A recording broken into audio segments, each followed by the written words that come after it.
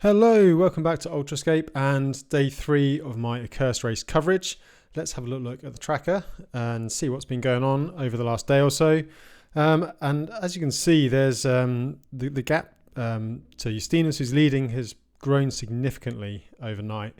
You can see Christoph and Pierre basically have just left CP1. But yeah, Justinus has really extended his lead. And I'll dig into that in a few minutes. First, just got to say thanks to Enduro Bearings. Again, they are supporting the coverage of this race. So yeah, they do all sorts of bearings. As you probably know by now, I've been using the XD15 bearings, which are their ceramic hybrid bearings. I've been running them on my bike. I've not worn a set out yet. Basically, they use nitrogen infused steel, so the best quality steel you can get. And slightly bigger ball bearings than the standard. So they're not the fastest out of the box compared to some of the other fancy bearings. However, they just their kind of lifespan is very consistent. So, you know, after 1,000 miles, they should be much faster and hopefully still rolling smooth compared to something like a ceramic speed, which tend to wear out pretty quickly. So yeah, big thanks to Enduro Bearings for the support, and I'll crack on with the coverage. So we're going to focus on this section of the route here where our three sort of leaders are. I'll just swap over to Google Map because it gives the names a bit easier. So the checkpoint is here in Barane. As you can see from the elevation, there's this quite a tough little section here. It's quite remote, quite slow going. I suspect if it's wet weather, it could be potentially quite muddy, certainly on that first climb. And then they're on tarmac for a good section then. So there's a big pass up into Kosovo, and then the section through Kosovo, nice and easy. Loads of resupply, pretty much flat. There's a few little rolling hills, but nothing major. Before climbing back up over into Albania, and then you've got a long road pass before it really kicks off. So this is kind of a bit of respite for the riders. And then, yeah, once you get into this off-road section, it's basically pretty much off-road most of the way to the finish then.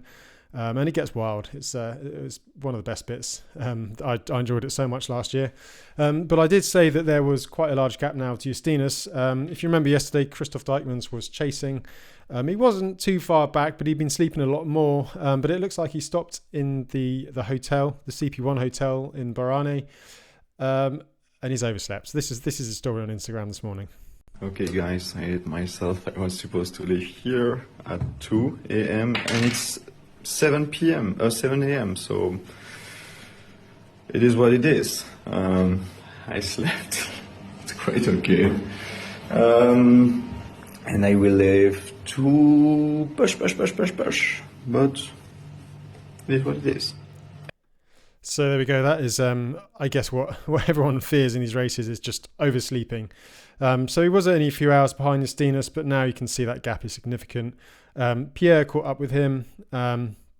So it looks like he's kind of cutting back on the sleep a bit. So the two of them are now together. Christoph's track has gone off at the moment. I don't know whether he's just lost signal or whether he's having a rest. I suspect it might be signal. So the trackers that follow my challenge use or the race uses are the little ones that run on a SIM card signal. So sometimes it can they can struggle a bit if there's in a particularly remote area, but we should get some clearer signalling pretty soon once they're into Kosovo, certainly, because there's it's pretty built up around that area. So yeah, let's look at the where Justinus is. So as you can see, he's passed through Kosovo and he's on this final. He's been on the road descent here before the little town. Was it Krume? So I tried to stay here last year. Had a bit of a bizarre experience trying to find a hotel. I suspect it might be run by some kind of gangs. Judging by my experience I had with a big blacked out BMW and 4 guys who were extremely helpful but suggested that I shouldn't be staying in the town. So I just camped on this little climb up here. It's a fairly steady dirt road.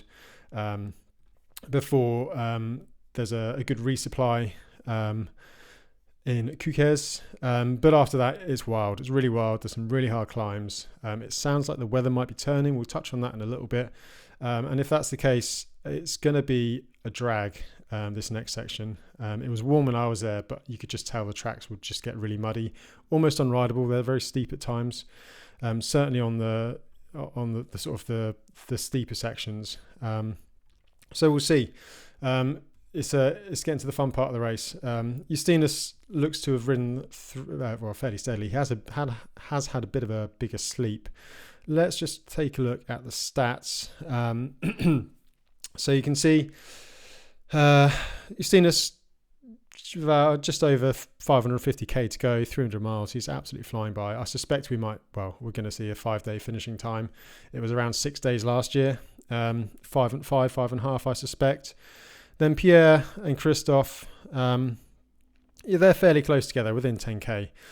Things to look out for here, though. The average moving speed, you can see 16.55 k an hour for Justinus.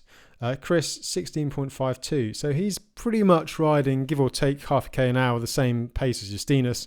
Just bear in mind that Justinus has just ridden that massive tarmac section, so that would have increased his average speed. So I think we can essentially say that Christophe and Justinus are essentially riding at the same pace. However, stop time after that long sleep, I think it must have been 8 or 9 hours for Chris there.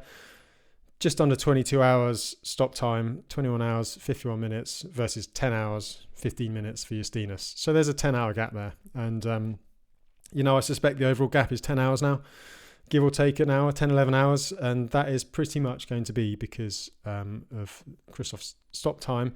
I do wonder, though, I suspect that we might see a faster average time for Christophe over the next couple of days, a moving speed. He's fresher. Justinus really hasn't slept very much. If we go down here, you can see the sort of the race flow. The flat lines here indicate a big sleep, and you can see Christophe's sleep there. This line here, Christophe Dijkman's, and then Pierre obviously caught him, had a shorter sleep, so he arrived after him at the checkpoint, slept a bit, and then left before him. So that's where that gap's formed. And Justinus just had a short stop.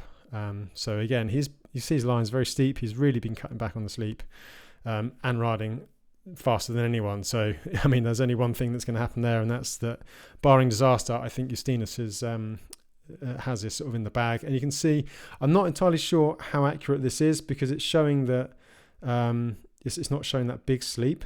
I suspect it might be inaccurate, and I suspect that this section might all be one big sleep for Christophe.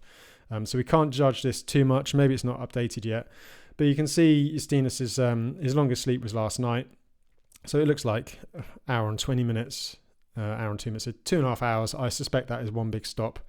The track just obviously woke up in the middle of the night there.